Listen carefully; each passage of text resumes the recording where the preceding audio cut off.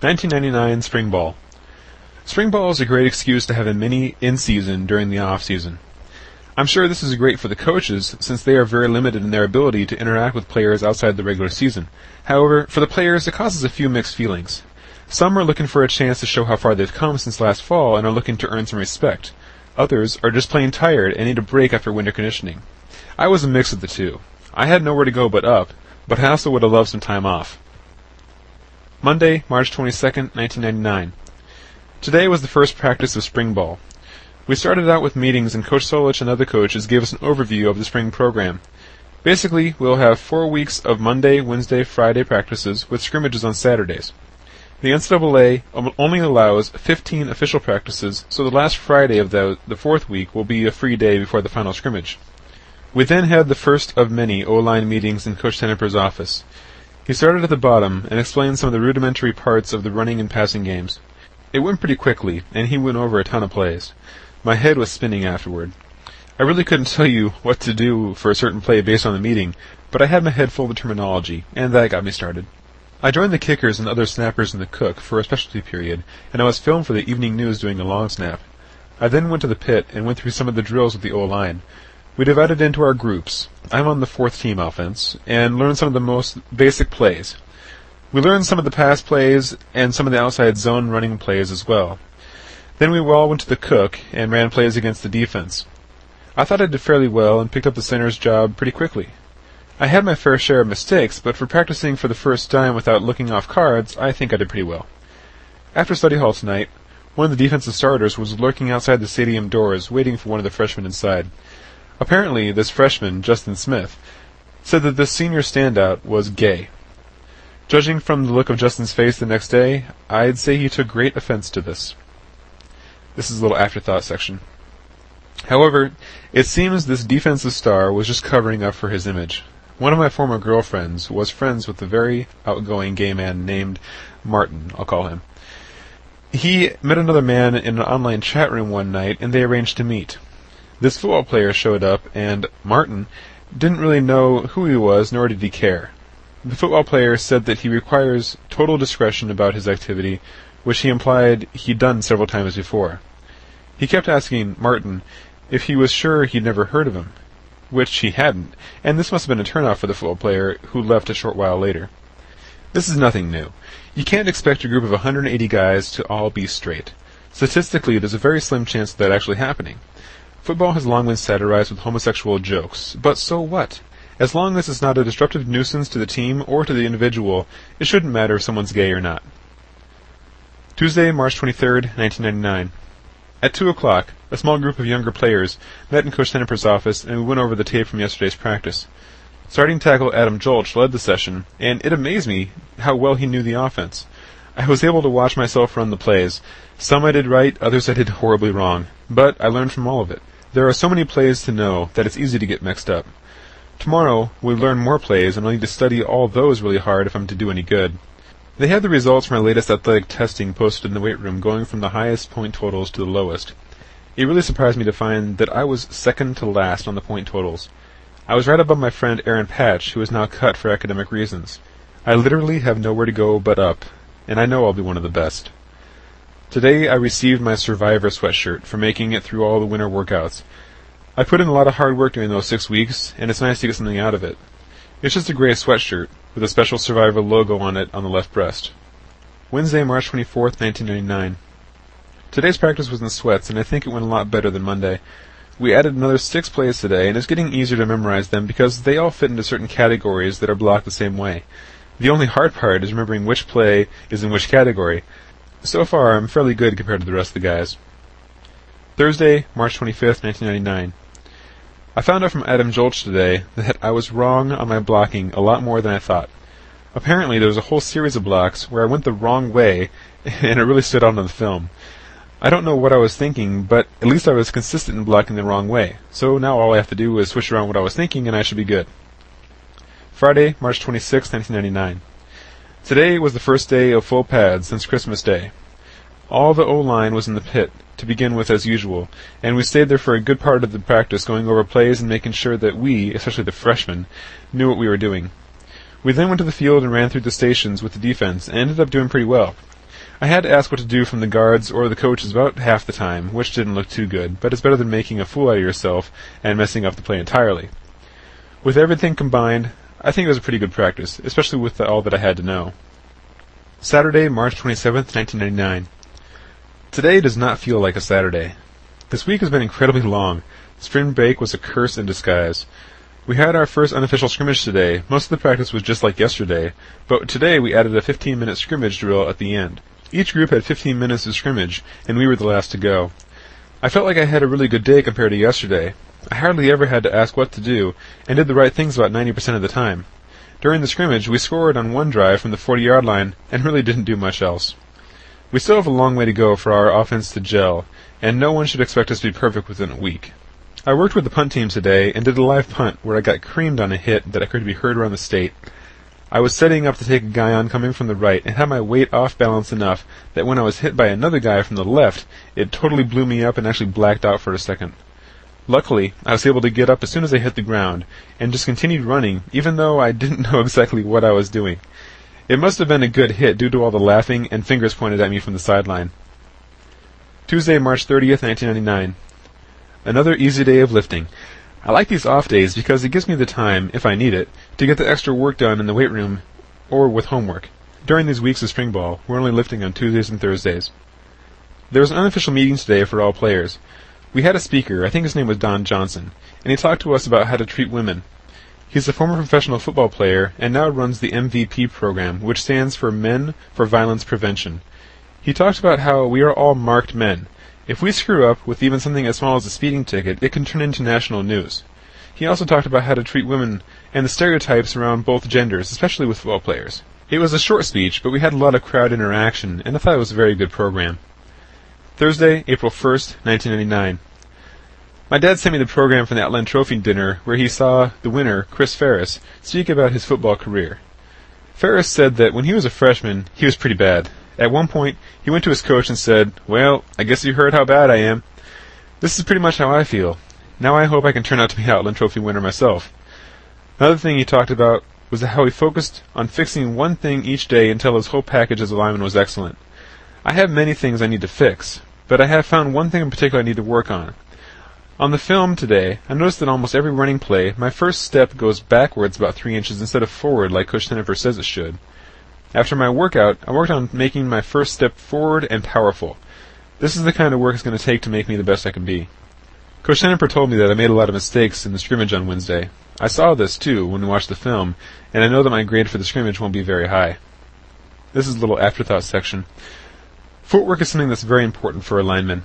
Your feet determine where your weight is distributed, and you need to be centered when you take on a big guy, so they don't just toss you to one side or slip by you when you're off balance. You need to be low, and you need to be firm in your position, yet ready to move quickly. It may look easy on TV, like we just get a bunch of sumo wrestlers in pads and let them run into each other, but there's an amazing amount of skill and technique involved, as well as brute force. For all the finesse that's required, of which I'm quite capable, I never agreed with this first step principle. As a lineman, you don't want to signal where you're going to go by how your stance looks. For instance, if you're going to pull to the left, you don't want to appear to lean to the left and give it away to the defense. A smart defense can pick up on these subtle clues and figure out where the play is going before the ball is even snapped. Instead, you want to have a neutral stance so that you can move forward, backwards, and side to side quickly and easily. Most coaches will say that when a lineman is in a three-point stance, that's when one hand is on the ground, your hand should have a little weight on it, but not so much that you would fall if you picked it up. This gives you a little forward momentum, but not a lot. Taking your first step forward almost completely negates that initial momentum. Plus, being a center, I can't hardly have any weight on my hand because it has to snap the ball to the quarterback. To further compound the situation, the guards and tackles give themselves about a 6-inch cushion behind the line of scrimmage to build up some steam, but I'm right there with the guy just inches away from my face ready to bulldoze me. It just seems natural to take a first step backwards to press for some forward force. Other centers before me have done perfectly fine with this technique. I guess that could have been one of the reasons I was never that great. Perhaps I simply never had the physiological structure to be a great center, but I tried anyways. Saturday, April 3rd, 1999. Scrimmage today. We all got $30 for the weekend. I took 17 snaps, and I think I did pretty well. We scored once on a 71-yard play from Paul Castle, a freshman fullback from Lincoln. My offensive group still isn't very effective at moving the ball, and we have a ways to go before we gel into a working offense. The number 1s and 2s had a good practice. The defense pretty much dominated, but the offense had their fair share of good plays. Rush end Kyle Vandenbosch was voted Lifter of the Year today. This is a very prestigious honor, because it shows that he has stood out amongst everyone else as having the most positive work ethic and determination over the last year. This is even more special because the players vote on it. I don't know if I could ever win this. It would take a lot of work and leadership, something that wouldn't be too hard for me, but I also have to win over everyone on the team, which is very hard to do. Tuesday, April 6, 1999. I discovered that I'm developing an eye infection right now. My eye was irritated last night, but I thought it was just from my contact. Apparently, I touched my eye with a contaminated finger during practice, and now I'm paying for it. I saw the team doctor, Dr. Lonnie Albers, and he gave me some eye drops. Wednesday, April 7, 1999. Today was not a good practice day. My right eye is swollen to the point where I can barely open it, and bending down all the time caused blood rushes that made it to swell even more. My peripheral vision is cut in half, and it didn't help my blocking. One time, Coach Young told me, "Your guy made the tackle, didn't you see him?" And I wanted to laugh at the irony, but I held back. I went to the training room after practice to get my eye examined, and I had to wait while Randy Stella, a sophomore linebacker, got his back sewed up.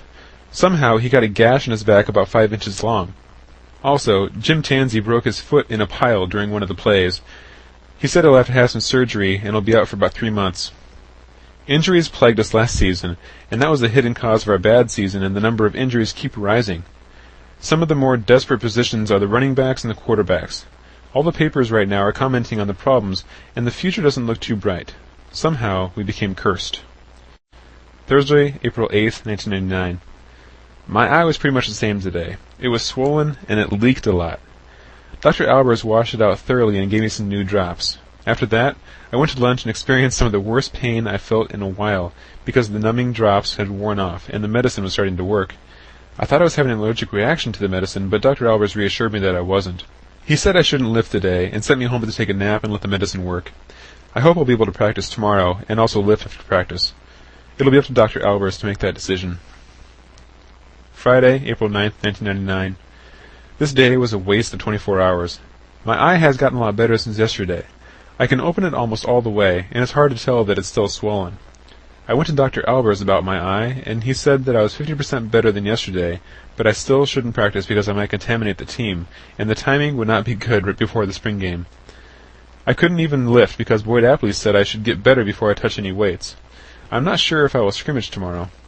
All I did at practice today was just stand around and watch the third team run plays.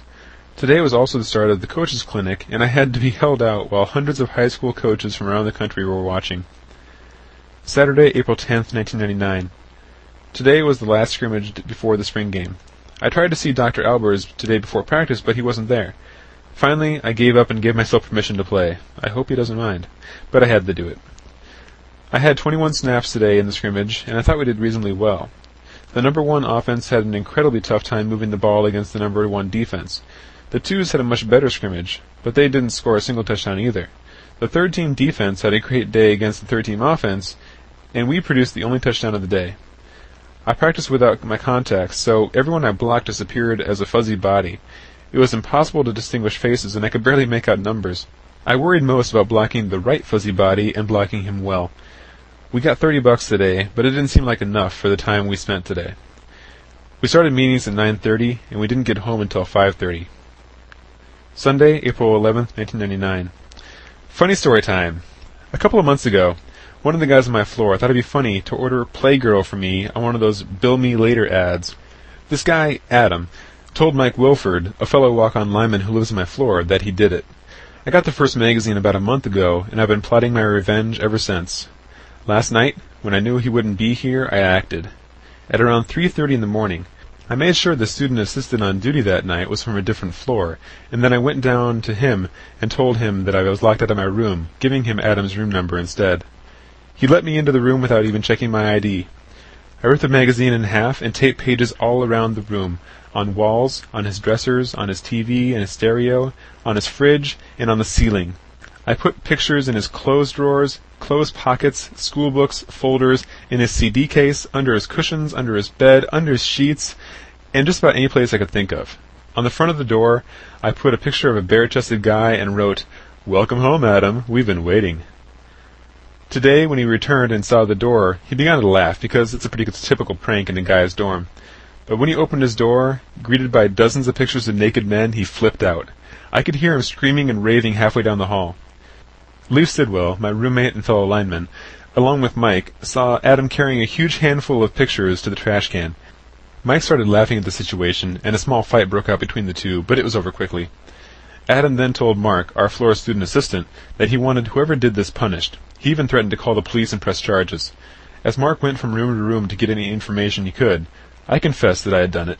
I told him the whole story, and then the residence director told me that Adam really wanted an apology. So I apologized. He accepted the apology and then went on a little lecture about how he didn't pay all this money to have a single room in the dorm and not be safe. I'm leaving out all his colorful adjectives. I think I might get kicked out of the dorm, but there's only 3 weeks of school left, and any kind of action will take a while to go through, so I'm not too worried about it. Monday, April 12th, 1999. Today was the last day of practice in full pads, and it showed. Everyone had very low energy, and I don't think I heard anyone screaming and shouting for the group to step it up. I focused a lot on getting my hands where they should be on the blocks. I had a lot of good blocks today, and I don't think I messed up too badly on anything. All in all, it was a good day, and I'm glad to see it end. Wednesday, April 14th, 1999. Today was probably one of the worst days of my life. This past couple of weeks have been really stressful. I'm having a hell of a time getting any of my classes taken care of in a proper fashion. I'm probably going to get in trouble for the prank I did to Adam. My best friend just got back from the Marines and I haven't been able to talk to him over the phone, and I don't have any free time to just relax, and my social life's in a coma. Today's practice just topped it off nicely. For starters, I went without my contacts because I'm still recovering from pink eye. I couldn't see when coaches were talking to me or telling me where to go with motions. During Coach Tennifer's station, I must have messed up in more than half the time, and he noticed everything. My brain literally stopped working, and I had a nice view of my colon. After that, practice was over. I just didn't care. For the first time since I've been here, I've begun to question whether I should stay here or try another school. These thoughts didn't bother me like I thought they would. I just have to remember that this is a rough, stressful time, and a lot of things will seem silly later on. I hope this is one of those things. Saturday, April 17th, 1999. It had been 10 months since I played in the Nebraska Shrine Bowl football game. This was the last game that I played in Memorial Stadium, and not much has changed. In the Shrine Bowl, I only had 2 series of plays and took all the long snaps. In today's spring game, it was only slightly different. I had most of the long snaps for the white team, but I played in no series of plays in the whole game. I don't know if that was just an oversight by Coach Tennifer, but it made me kind of mad. Everyone I talked to had at least 2 or 3 series, and I had none. One reason for this oversight could have been that we had 2 squads of offense on the white team, and I was the third center. At one point during the game, Coach Tennifer told us that the second team would be going in. I was standing by Matt Shook, the other center, when Coach told him to take the first series. I thought I would get the next series, but they ended up fumbling, and Shook went out there again to make it up the next time. After that, the number 1 stayed in and tried to win the game. I never got my chance. I wanted to talk to Coach during the game and ask him when I would go in, but I don't like doing that. It makes me seem impatient and egotistical, and I don't want him to have a bad opinion of me. I'll talk to him about it next week and hope to get a lot of things straightened out then. The Whites lost to the Reds, 12-27. We got another $30 today. Nate Coulterman tore his ACL, a major ligament in his knee, during the game. He'll be off for a long time, possibly until November. This is a little afterthought section. This turned out to be a career-ending injury for Nate. He appeared to be rehabbing forever after this. He played sparingly in several games, but never made much of an impact. These sort of supposedly temporary injuries that eventually cost people their athletic careers appeared to be a common theme with dozens of guys that I played with. Tuesday, April 20th, 1999. I talked to Coach Tennifer today. He wondered how I didn't get any offensive plays in the spring game and told me that he wanted me to have a couple series. He said that my snaps for the punts and field goals were all pretty good, and that my long snapping skill was a plus. I hope he means that I won't be cut since I have this valuable skill. He told me I need to improve on my speed, size, and strength. That also goes for most of the young O-linemen. We all have many areas we need to improve on. Leif Sidwell now has a chance to be on the second team next year, and that would mean he would get a full scholarship if he did. He's going in for shoulder surgery this Thursday. On another little side note here, Leif is another one of the guys that fell victim to the injury bug. and his career never came back. He was doing an amazing job up to this point, and really showed tremendous progress coming in as a walk-on from Kearney, and really doing well to this point. But then the shoulder surgery just really canceled out everything for him, and he never came back. I finally got a car. I went through the majority of my freshman year without a vehicle, and that waiting period has finally paid off. I now have an '89 Chevy S10 Blazer 4x4 with all the features and no rust. The only bad thing is that it's Colorado's colors, black and gold. Since we are officially done with football for the next month, I have the most freedom I've ever had this whole year. Archer told us he doesn't even want to see us this week. I've been playing racquetball and running a little just to keep up my shape, but I haven't done anything monumental. For now, until May 17th, we're in a period of active rest, which means we're not required to do anything, but it would look really good if we did. I really enjoy having this time to myself, but I found that I waste most of it.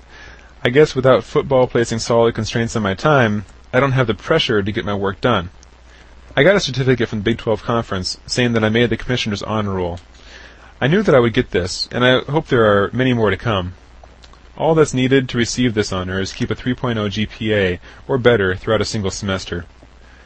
This is the time of year when the doctors love to have surgeries done. We have plenty of time before the season starts, and the athlete can be allowed to fully rest and recover while school is not in session for the summer. Just among the offensive tackles, we had 3 guys going for surgery. Jim Tansey had surgery on his broken foot, Leif Sidwell had surgery on his shoulder, and Nate Coulterman had surgery on his knee, along with guard Chris Sawfeld and many more people who will be out for a long time. This is also a time near the end of the school year when a lot of guys make bold decisions for the next year. One of my neighbors and freshman scholarship wingback, Sean McGann, is transferring Notre Dame. That means we'll be playing against him in about 2 years. Tuesday, May 4th, 1999. I met with Coach Solich today. He wanted to meet with players before school got out.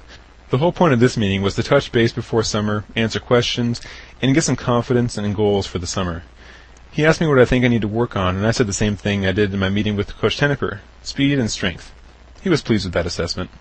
There wasn't much room for small talk, even though there could have been. Frank and my dad played football together for the Omaha Mustangs, a short-lived semi-pro team back in the late 60s. My dad had even been able to keep up with Frank over the past couple years, as well as a couple other people within the Husker organization. But no time for talking about that here, I guess. 1999 Summer Conditioning. Monday, May 17, 1999. Today was the first day of our official summer conditioning workouts. For the next couple of weeks, we'll do our base lifting program and get everyone strong again after the long break. After that, we'll start running and doing all that fun stuff. Also, we have to be there at 5:30 in the evening every day, except Wednesdays and weekends, or else we have to run stairs for being late. Friday, May 28, 1999.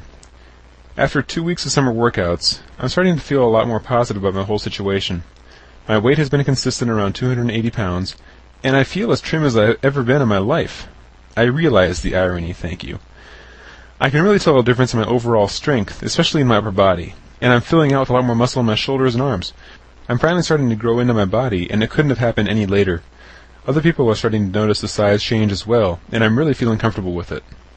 I started working at the Royal Grove nightclub about a month ago. Last Wednesday night, after the dancing stopped, I was helping clean up and tried to hop up on the stage like I've done many times, but this time my foot slipped and I cut my shin on the middle edge of the stage, creating a gash about an inch in diameter. I went home and slept with it elevated all night to stop the bleeding, but this didn't help. It continued to bleed all night and through the next morning. I saw Jason Schwab as I was walking to class, and he insisted that I go to our team doctor about it. I did, and he sewed me up with 4 stitches. I guess it was worse than I thought. Monday, June 7th, 1999. We had a team meeting in the stadium today. Some of the coaches and most of the strength staff were there, and they mostly talked about how the summer will go and what they expect. Pretty much the same as last summer. A lot of incoming freshmen were here today, including Brian Nelson, my good friend from high school. The summer camp for the high school players has started, forcing us out of the north locker room. I now change at home and ride my bike. I live so close that it's faster to ride my bike than to drive. Most guys live off campus after their first year. The rent around Lincoln is very affordable, and the convenience of off-campus living far outweighs anything the dorms could offer. My dad recently called all the coaches I'm affiliated with, such as Coach Solich and Coach Tenneper, and also John Archer, and I think he even called our nutritionist too. He basically called to thank them for the great year that I had and also to find out where I was according to the coaches. The coaches all agreed that I had a great attitude and I'm a hard worker. They also said I'm at the point now where they expect me to be. If I can keep growing like I have, I will definitely play someday. I might be on the scout team again this next year. I'd rather not be on the scout team again, so I'll really have to work hard and start making some serious progress. I'm managing to keep my weight around 280 pounds, but I'm sure that will take a dive as soon as we start running.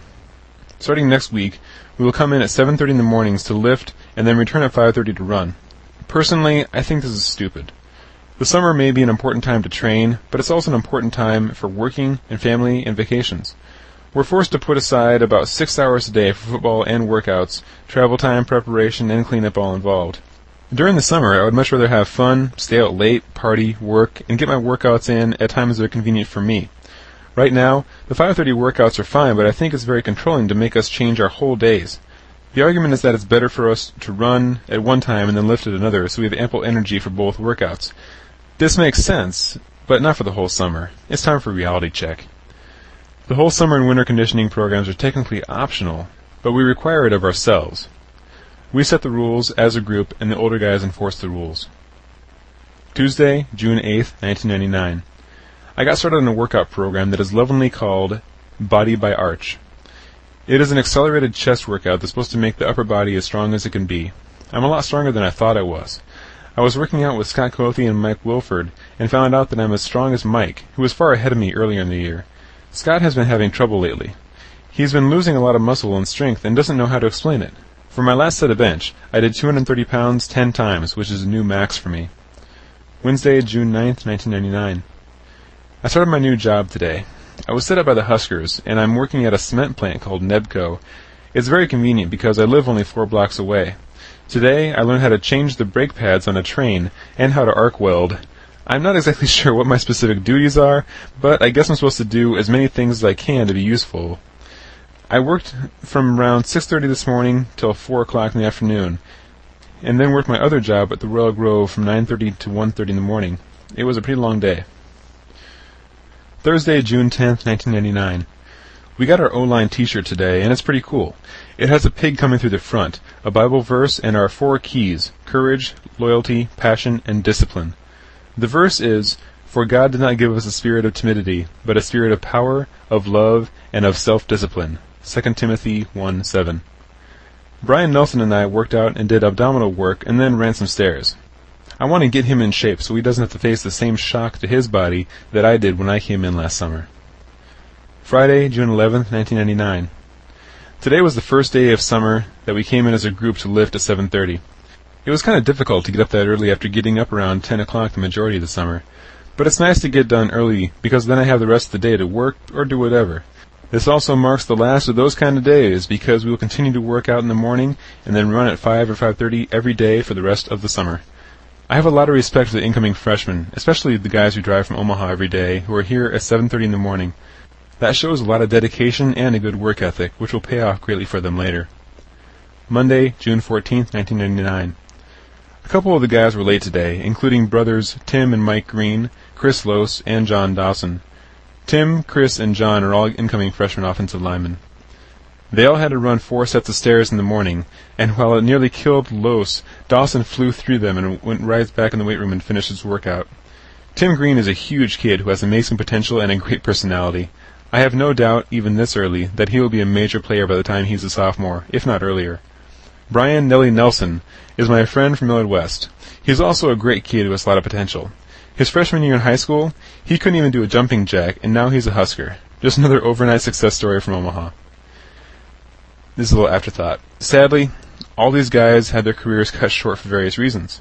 Tim, Chris, and Nelly all had injuries that kept them out. Mike wanted to focus more attention on school, and John had a falling out with several players and coaches.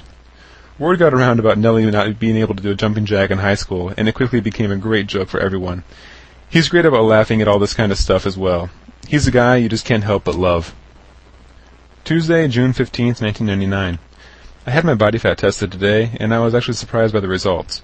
It said that I had gained no muscle and had gained 4 pounds of fat. I couldn't believe this, because I had felt better than I had in a long time, and Dave Ellis couldn't believe it too, because it doesn't make sense with the workouts we've been doing. We brought John Archer in, and he explained some things. First, with the workouts we had today, the reading is off naturally because the muscles and tissues haven't had time to return to a normal state. Also, we've been doing a base program with sets of 5 instead of 10 to help us gain more muscle instead of getting our bodies more toned. My food intake is not what it has been during the season, with the help of the training table, so that's another factor that adds up to my new but inaccurate reading of 15% body fat. We did our passing league drills yesterday afternoon, which was a pretty good workout. Today, we did our option drill workout. All I did for this was hold a pad and be a human blocking dummy while the older guys ran plays. It was pretty pointless for me. I'm looking forward to a good night's sleep.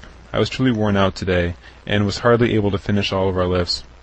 I need tomorrow to recover, which is why I love Wednesdays. If it wasn't for my 2 jobs tomorrow, it would be a very relaxing day. Monday, June 21st, 1999. I had an awesome day doing hang clean. It was the first day doing hang clean for a long time, so I was really in the mood to get back to it and see what I could do. I did my first 2 sets pretty easily, and I had to challenge myself if I was going to be happy with my workout. I went to the bar where Dominic Riolo and some other guys were and decided to go for the gold. Before today, my last set was usually around 275 pounds, but today I put on 286. 11 pounds might not seem like a lot, but anyone who has done hang clean can tell you that when you are around your max, even 5 pounds can be the difference between getting them all and failing horribly. John Archer was watching me, and probably thinking that I wouldn't get it. I picked up the bar loaded with the most weight I've ever done, and did 5 reps remarkably easy. When I set it down, Archer looked at me with surprise, and sarcastically said, "Okay, what was your name again?" Matt Baldwin, an upperclassman on the O-line, also saw me, and I could tell he was very surprised as well. Archer later told Matt that no one was very explosive today on hang clean, and Matt replied, "Dave was." Tuesday, June 22nd, 1999. Coach Sandper had a party for all the offensive linemen at his house today. Dave Ellis was there, grilling up all the meat and cooking the vegetables, and also giving us his eternal advice about eating well. Coach Young was also there, and there was also plenty of food and refreshments, and even a keg for everyone to enjoy. I didn't stay too long. I had to finish packing and get to Omaha to get ready for a trip to the Canadian wilderness. Mid-August 1999. I really let my journal keeping slip over the past 2 months, so here's a recap of major events. I took a camping/canoeing/fishing trip with my dad, my brother, and a good family friend named Dave Kay, his brother, and their brother-in-law.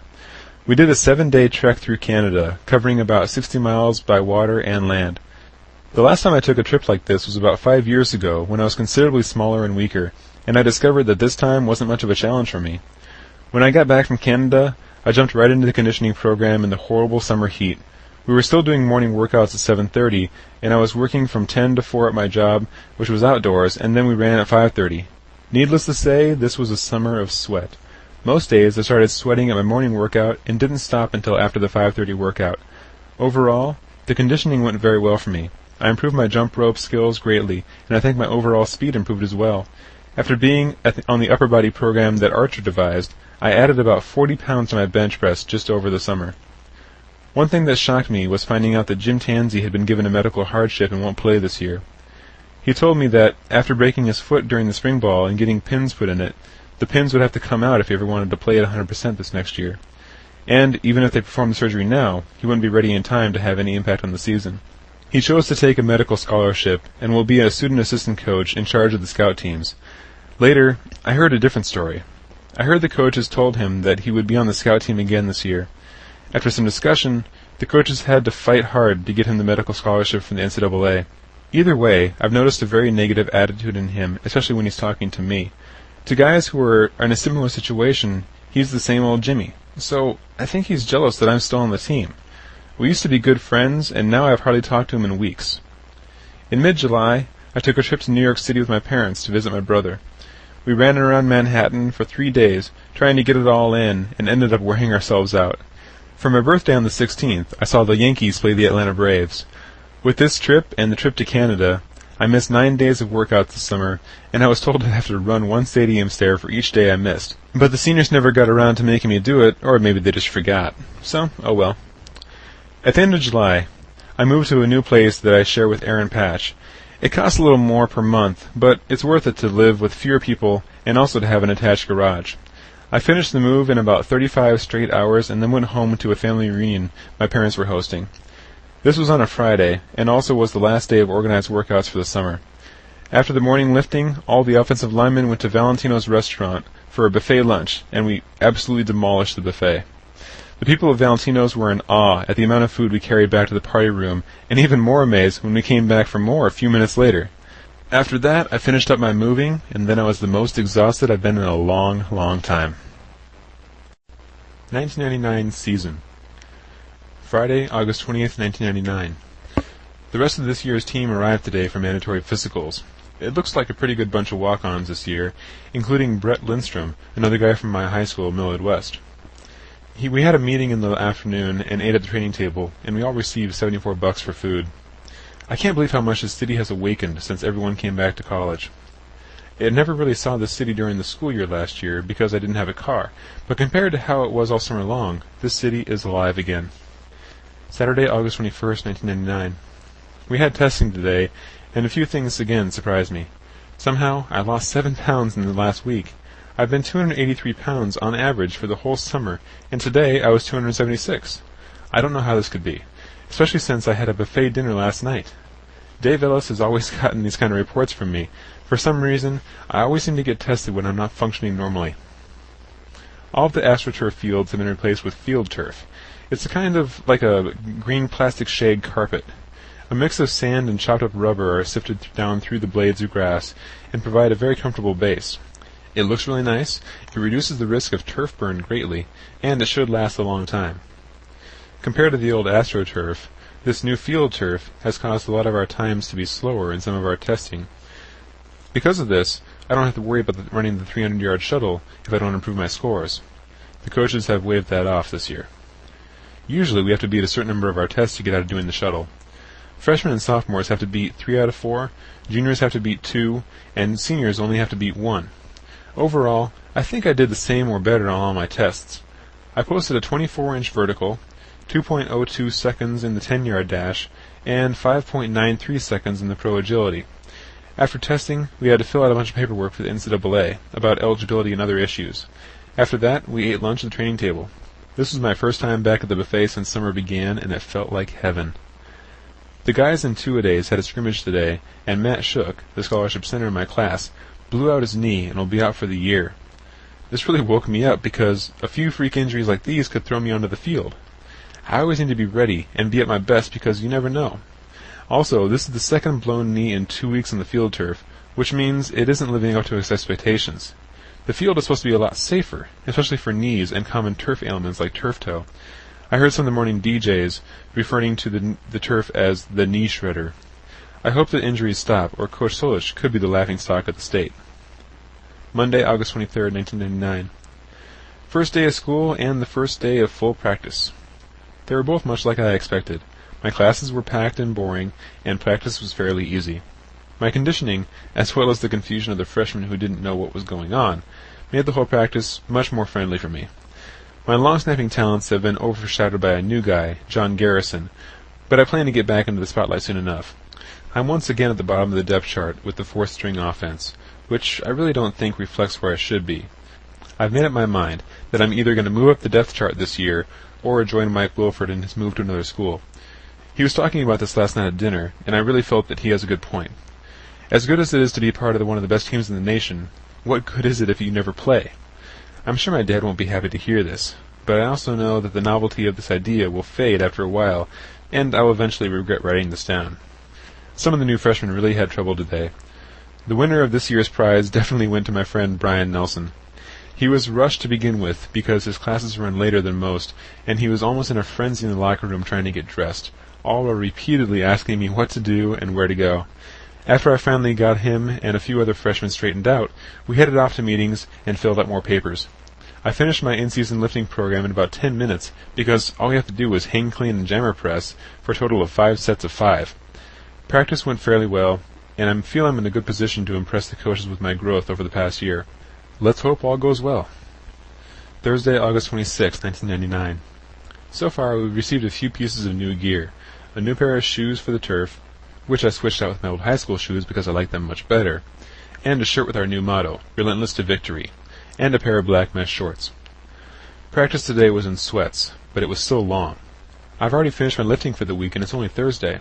That's because we only lift 4 days, and Friday is a rest day because of the game on Saturday.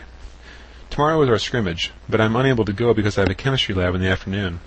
I took the class at this time because Friday is usually a half-hour walkthrough, and I won't be traveling much this year, which makes Friday the safest day to take that class. Most of the university's classes are offered in the mornings and the early afternoon, but quite a few are also offered past 2 p.m., and even on Saturdays. If a football player chooses a major that has one of these oddly timed classes, they're going to miss practice or even miss games if they go to class. In the end, many athletes choose the path of least resistance and settle for a major that fits their schedule, not necessarily one that fits their goals. I know I did. I only have one class on Tuesday and Thursday, coaching football, taught by the most qualified man in the country, Dr. Tom Osborne. He had to leave early today, and instead of calling off class, he brought in Al Papik, head of football operations, and made it a full class. I think that shows the dedication and professionalism of Dr. Osborne, because he didn't let his students cut corners even when he's not there. Well, I couldn't have him as a coach, but at least I can have him as a teacher. Saturday, August 28th, 1999. Last night I worked at the Royal Grove, and then went out with Patch, my roommate, until about 4 o'clock this morning. I got up at 7:15, and then rushed to Saturday meetings. Practice was in helmets today, and went about an hour and a half, and was just long enough to totally drain my batteries. After practice we received another pair of black shorts, and there were sandwiches and drinks in the locker room.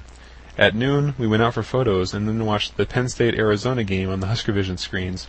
Soon after, the floodgates opened, and thousands of people came into the stadium for Fan Day. I didn't have a seat at the table like the other guys, so Andy Gwenup and I found a bench close to the kickers and signed for the people who were actually waiting for Josh Brown's autograph. What's really funny was that I didn't know what number to sign. In the press guide, my number is 71, and the number on the autograph sheet was listed at 64, but for some reason I was given a jersey with 74 on it. I signed 64 or 71, depending on what I was signing. People would notice that I wasn't signing the number I had on my jersey, and they had looks on their faces like I was messing around with them. Some people questioned me about it, and I gave them a little story, but overall, I felt like an idiot. When I asked the equipment guys about this, their story was that with so many guys and numbers, it's really hard to keep track of all of them, and mistakes sometimes happen. I find this really hard to believe. A number being changed happens every now and then. A typo where one guy has 2 different numbers is understandable, but I don't see how they can mess up bad enough to give me 3 numbers at one time. I just want to know what number I'll be. We got $34 for the weekend. Saturday, September 4th, 1999. Nebraska 42, Iowa 7. After a highly publicized battle for the starting quarterback position, Bobby Newcomb came out to prove his starting spot was no fluke. Even after a few mistakes, he more than made up for it with a solid performance. Eric Crouch then came in to put the icing on the cake with some showmanship of his own.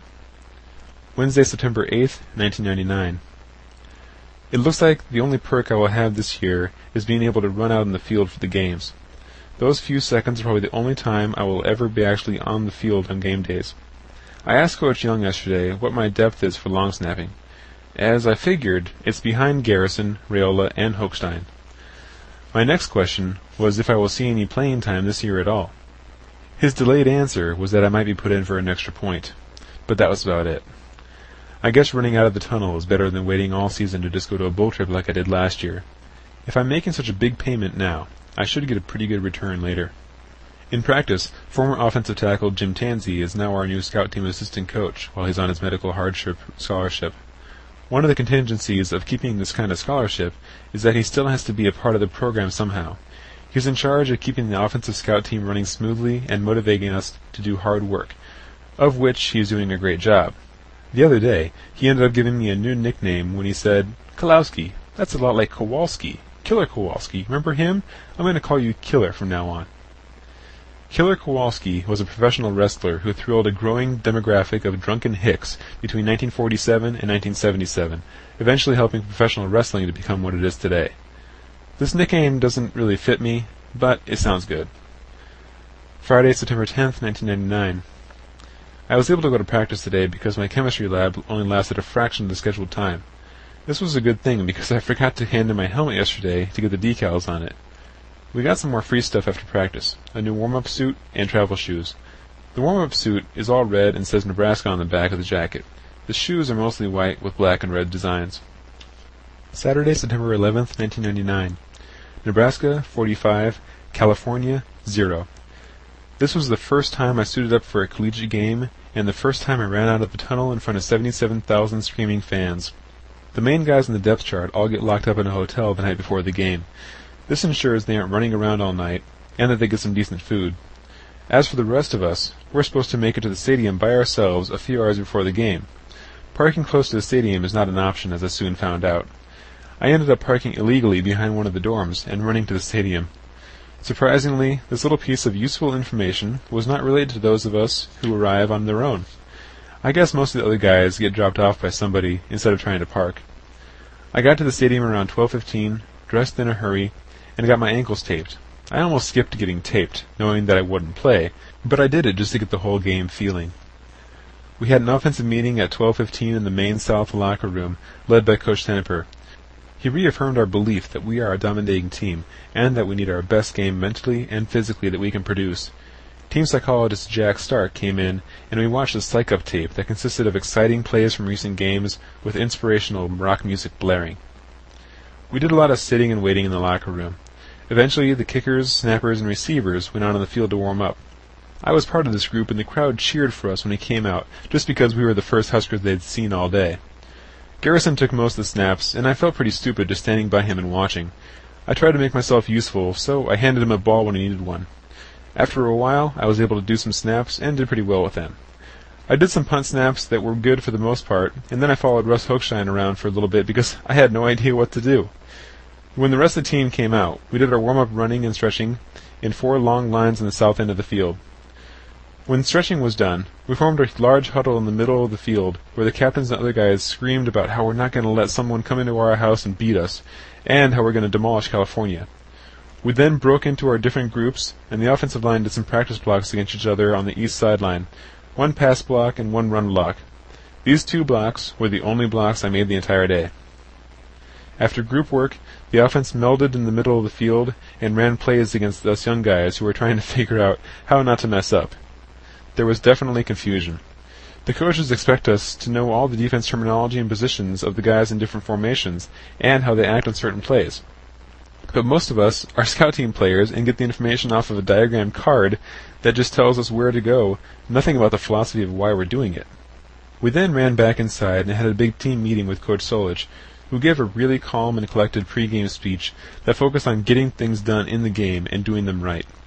When he was done, the whole team squeezed into the middle of the locker room, and captains and others gave more inspirational speeches, our team prayer, and we ended up jumping around as a group and almost got as wild as a mosh pit.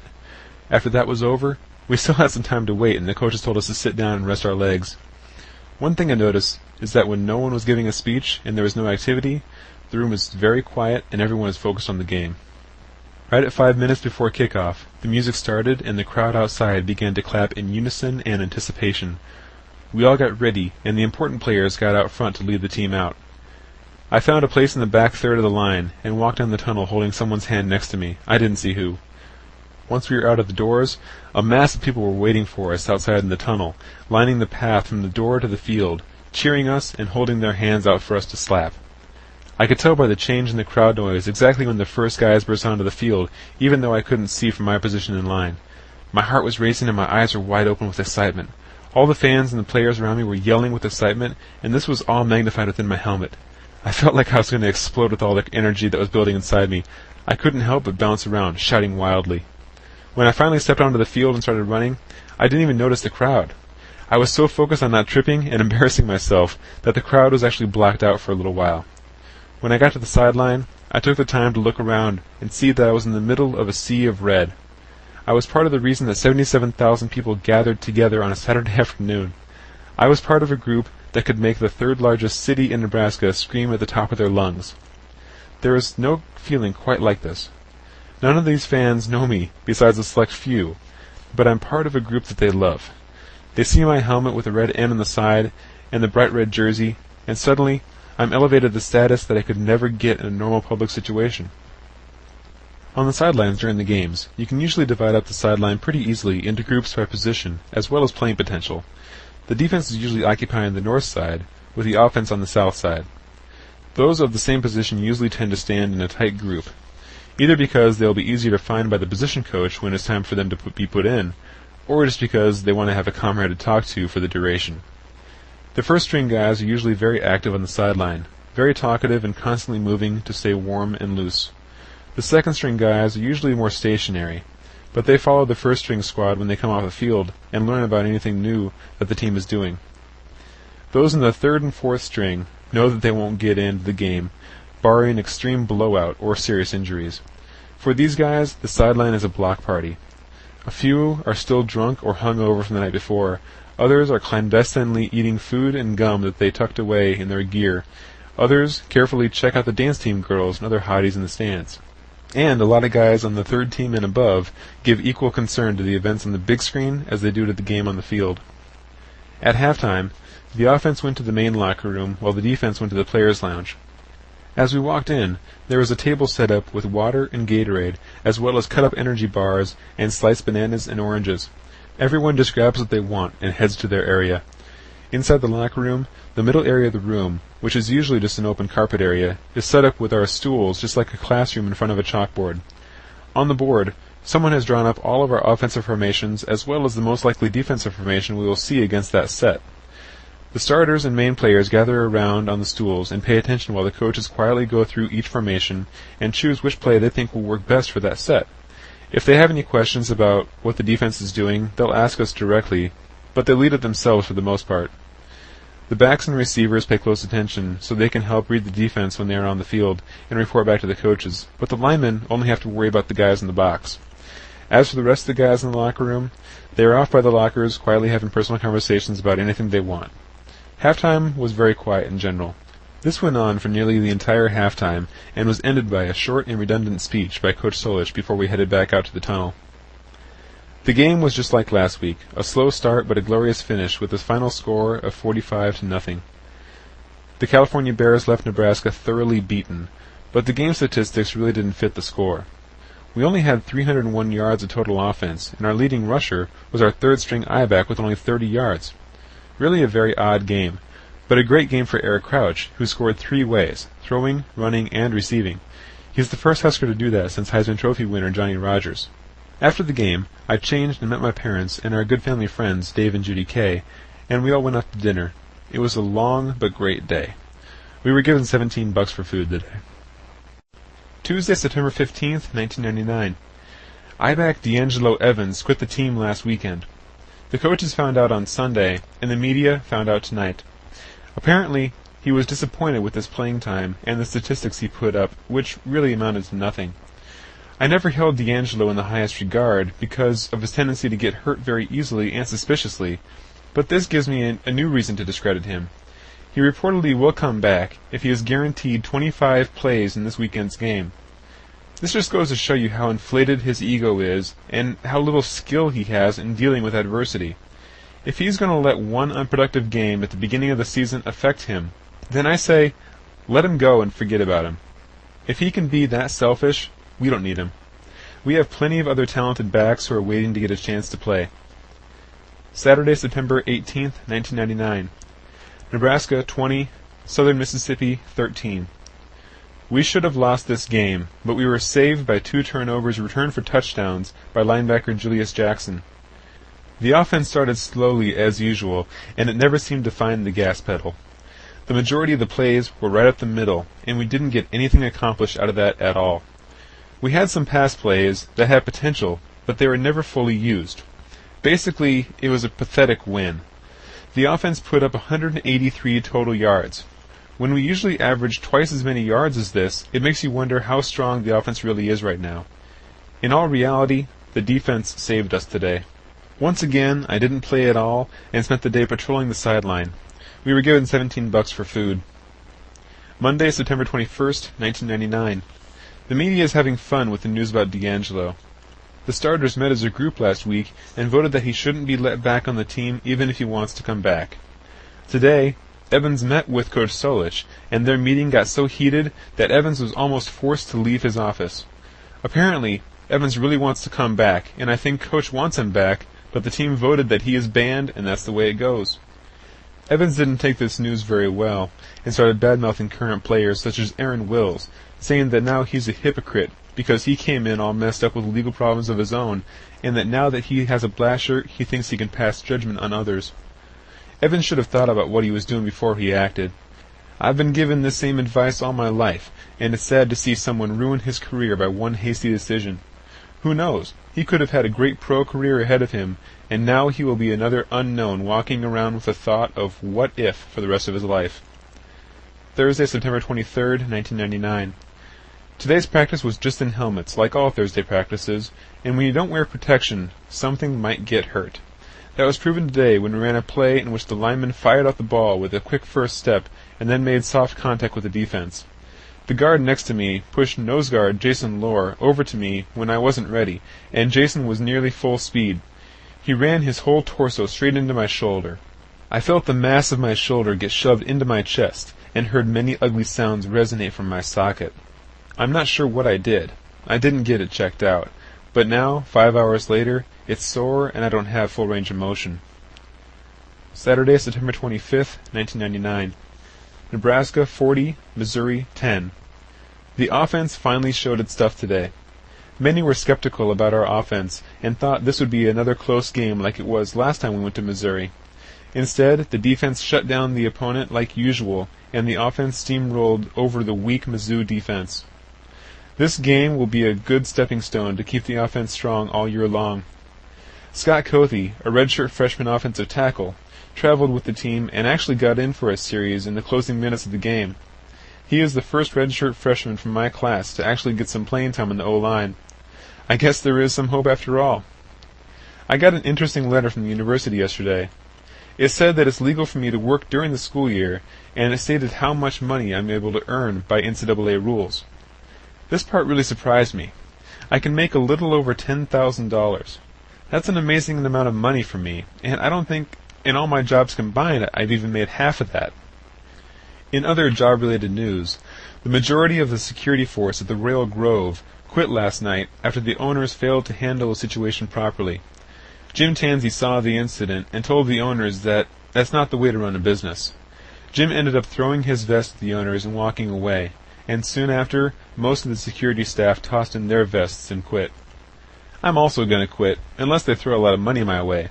I don't really need the job, and it takes away from study time and makes me stay out too late on weeknights. Wednesday, September 29th, 1999. If it isn't one thing, it's another. Today in practice, I pulled my left hamstring running downfield on punt coverage. Not having any subs, I was forced to play the rest of the practice without a break. By the end, it was pretty warm and I was able to get fairly good motion out of it, and even did gassers. Afterward, however, I was hurtin'. Thursday, September 30th, 1999. That hamstring injury yesterday has severely limited my movement. I have to walk with a limp and have to stand up very slowly because it hurts so much when I stretched out like that. I didn't think I was going to practice, but I ended up going, and I think it actually helped. I was kind of skipping, that's the best running motion I could do, but it stretched out my leg and I got the blood flowing. Afterward, it felt decent, but it's still very noticeable. Saturday, October 2nd, 1999. Nebraska 38, Oklahoma State 14. This game had one of the best starts in the past 2 years. The whole first half was complete domination by both the offense and the defense. It was, without a doubt, one of the best offensive first halves of this season and last. The second half was more laid back, and while we still controlled the game, we let them score 14 points, making us miss the defensive goal of holding the opponent at or below 13 points. Again, I roamed the sidelines during the game. Redshirt freshman quarterback Joe Chrisman got his first taste of playing time today. He's usually with the scout team, so he doesn't know the offense really well, but they put him in because the second-string quarterback, Jeff Perino, hurt his leg and they didn't want to wear Eric Crouch down too much. Chrisman took 3 snaps and finished the game for us, and was even mentioned in the postgame show by Coach Solich. I guess there is life after the scout team. We were given $17 for food. Tuesday, October 5th, 1999. Today was a great practice day for me. I had tons of energy and gave a great effort in practice. I made all my blocks the best I could, and then went to block somebody else if my guy got away. I really was hustling all over the field and doing pretty much everything I could do to be my best. I hope this effort shows on the tape, and they at least consider me for Scout Team Player of the Week. If not, I still gave the defense a pretty good picture. The rest of the scout team offense also did very well. During one drill, we scored on 5 out of 13 plays. On a later drill, the defensive man who allowed the touchdown had to run stairs. Saturday, October 9th, 1999. Nebraska 49, Iowa State 14. This was probably one of the best total games of the past 2 years. The offense produced over 500 yards of total offense, and the defensive starters held the Cyclones to nearly nothing. About a third or more of the game was played by the second and third string players. It was at this point that Iowa State's offense was able to gain some yardage and put some points on the board. I still haven't played, and I'm starting to think that this is just another redshirt year in disguise. We got another $17 for food this weekend. Wednesday, October 13th, 1999. Somehow, for some reason, somebody stole my shoulder pads off the top of my locker. It could be that someone is playing a joke on me, but no one has said anything about it. I think somebody who wasn't supposed to be in there got into our locker room and easily swiped my shoulder pads as they sat on top of my locker. My locker is the first one you see as you enter from the back door, so it's very possible somebody slipped in and out quick. This puzzled the equipment guys, but in the end, they had to issue me a new set. The new pair is a size too big, but it'll have to do for now. Saturday, October 16th, 1999. The Hewitt Center was open for breakfast today at 7 o'clock, and we had meetings at 8:30. I showed up at 8, got some food, picked up my weekend money, $72 worth, and made it to meetings right on time. Practice was at 10 and just in helmets, so it wasn't that bad, but it was still something I would have rather not done on a weekend. This is the start of our fall break, with no classes next Monday and Tuesday. Long weekends like this are never really fun because it seems like everyone goes home and the city dies. There is never anything to do and no good parties. Now I must use the whole rest of this weekend and the days off to study like a madman to catch up in my classes. I hope to pull off some really good grades this semester. Monday, October 18th, 1999. I have a test Thursday in my coaching football class, taught by Tom Osborne. I've seen a previous test he gave, and I know that I will have to study like crazy if I'm going to do well in it. Many people think that his class would be an easy A for a football player, or he would just let us slide by, but it's not the case.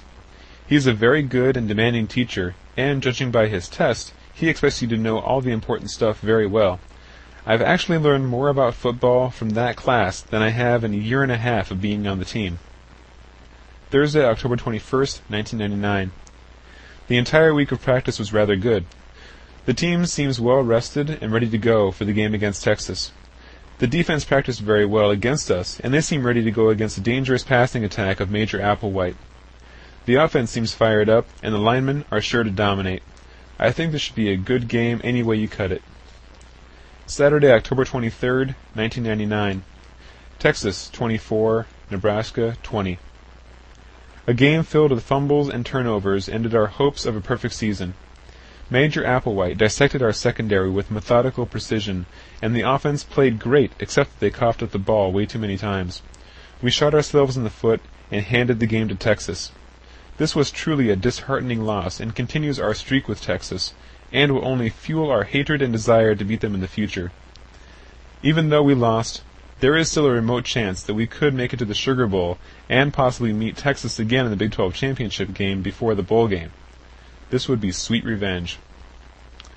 Monday, October 25th, 1999. It wasn't as bad as I thought it would be. The team as a whole is not as downhearted as they were after the first loss last year, but the atmosphere is a little more somber than normal. Coach talked in meetings about how we are probably not out of the running for the national championship, and we need to focus on playing one game at a time and hopefully get back to the Big 12 championship at the end of the season. Practice was in half pads on the grass, and it seemed pretty normal. The defense was energetic and making jokes, and nothing seemed wrong with anyone at the end of the day. Everyone agrees that what happened in the game was a total shock, and we should have won. We are hoping that the pollsters see that this game was not just a loss, but a very close and lucky win for Texas. I think we are currently ranked 8th, a large drop from 3rd last week. My hang clean is still going up. I did 313.5 pounds for 4.5 times. I had a little more difficulty, and I know why. I had a weekend where I didn't eat enough and I was too inactive. I need to realize that my body needs a constant flow of calories to maintain proper strength and weight. If I went on a diet right now, with my current workout schedule and exercise, I could easily drop to 250 pounds in a month. I would probably lose a lot of muscle in that descent as well. I need to gain weight, preferably muscle, and get to 300 pounds before spring ball.